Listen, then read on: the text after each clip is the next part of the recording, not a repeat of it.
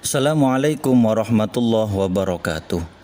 Anak-anakku sekalian yang saya banggakan, pada video kali ini saya akan menjelaskan tentang iman kepada kitab-kitab Allah Subhanahu wa taala. Kitabullah atau kitab Allah adalah kumpulan wahyu-wahyu Allah Subhanahu wa taala yang mengandung petunjuk dan kebenaran. Ajaran-ajaran dalam kitabullah tersebut sesuai dengan zamannya. Makna iman kepada kitab Allah Subhanahu wa taala adalah meyakini sepenuh hati bahwa Allah Subhanahu wa taala telah menurunkan kitab kepada nabi atau rasul yang berisi wahyu untuk disampaikan kepada seluruh umat manusia. Hal itu diperkuat dengan surat yang ada di dalam Al-Qur'an, surat Al-Maidah ayat 48 dan surat An-Nisa ayat 136. Diturunkannya kitab-kitab Allah Subhanahu wa taala saat ini merupakan anugerah bagi manusia. Mengapa demikian? Manusia dikaruniai akal oleh Allah Subhanahu wa taala agar dapat mengkaji Al-Qur'an untuk memahami ajaran-ajaran Allah Subhanahu wa taala sebagai rambu-rambu yang menunjukkan jalan kebenaran serta menciptakan tatanan kehidupan dunia yang baik dan benar. Adapun kitab-kitab Allah tersebut adalah yang pertama, kitab Taurat. Kitab Taurat berasal dari bahasa Ibrani, yaitu Torah, yang berarti instruksi. Kitab ini diwahyukan Allah Subhanahu wa taala kepada Nabi Musa alaihi salam. Kedua, kitab Zabur.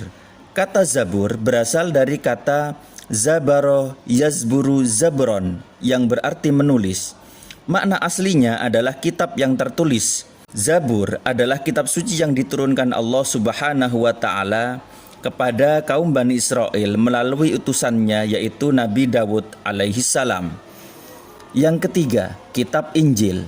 Kitab Injil diwahyukan oleh Allah Subhanahu wa taala kepada Nabi Isa alaihi salam sebagai petunjuk dan cahaya penerang bagi manusia. Yang keempat adalah kitab Al-Qur'an. Al-Qur'an diturunkan kepada Nabi kita Muhammad sallallahu alaihi wasallam melalui malaikat Jibril. Al-Qur'an diturunkan tidak sekaligus, melainkan secara berangsur-angsur.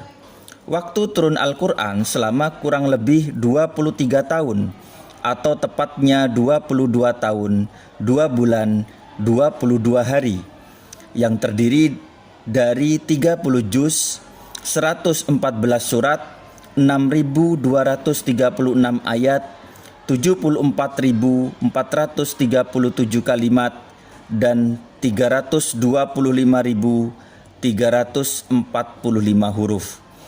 Wahyu pertama adalah surat Al-Alaq ayat 1 sampai dengan 5. Diturunkan pada malam bulan Ramadan tanggal 17 Ramadan tahun 610 Masehi di Gua Hiro ketika Nabi Muhammad SAW sedang berkholwat.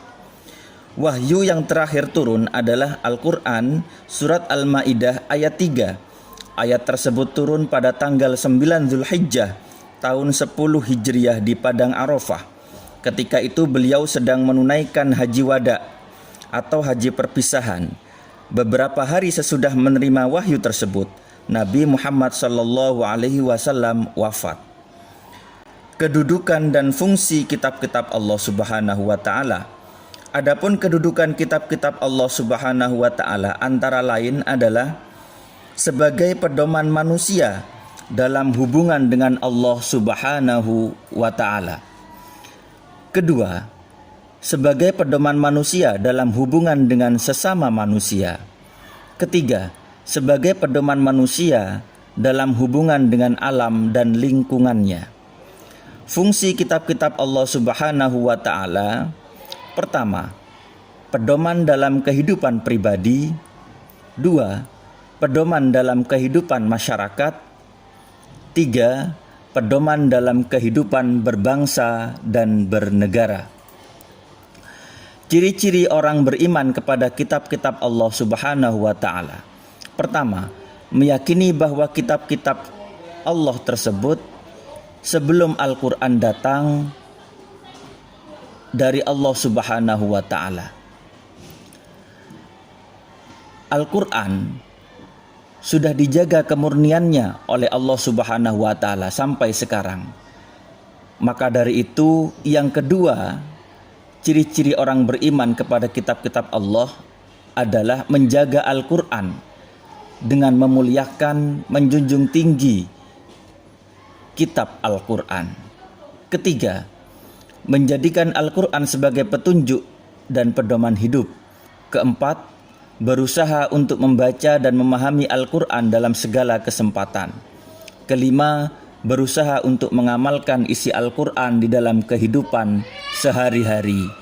Perilaku yang mencerminkan iman kepada kitab-kitab Allah Subhanahu wa Ta'ala antara lain: pertama, gemar mengamalkan isi kandungan Al-Quran. Dua, menjadi orang dermawan, baik dermawan harta maupun ilmu. Ketiga, mengajak dalam ketaatan kepada Allah. Keempat, menjauhi segala larangan-larangan Allah. Kelima, gemar membaca Al-Quran.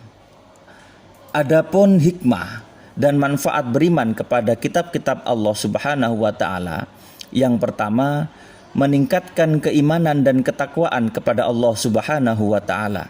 Dua, meningkatkan kualitas dan kuantitas ibadah kita. Tiga, meningkatkan pemahaman terhadap ilmu. Empat, meningkatkan ukhuwah Islamiyah. Lima, menumbuhkan sikap optimis dalam hidup untuk meraih kebahagiaan dan kesuksesan dunia dan akhirat. Itulah materi yang saya sampaikan pada video kali ini. Saya ucapkan selamat belajar, selamat beraktivitas.